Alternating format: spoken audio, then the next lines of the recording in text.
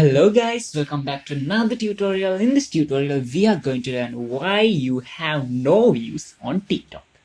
There can be many reasons for your TikTok video to lose views. First, let's see how to find out how many views your videos have on TikTok. Open your TikTok app, tap on profile icon in the bottom right corner. Then you can go into your profile.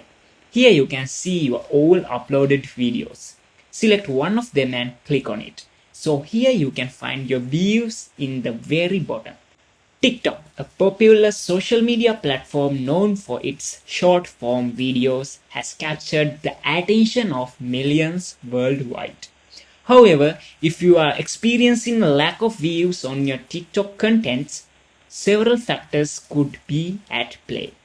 One common reason for low view counts is video visibility. With millions of videos uploaded daily, your content might get lost among the sea of competing videos. In an environment filled with captivating contents, maintain high quality videos is essential. Poor video quality, unclear audio, or uninteresting content can deter users from engaging with your contents. So keep those tips on your mind and make a very great, engaging, captivating and good quality videos for your TikTok account. Hope this video was helpful for you guys. See you in the next video.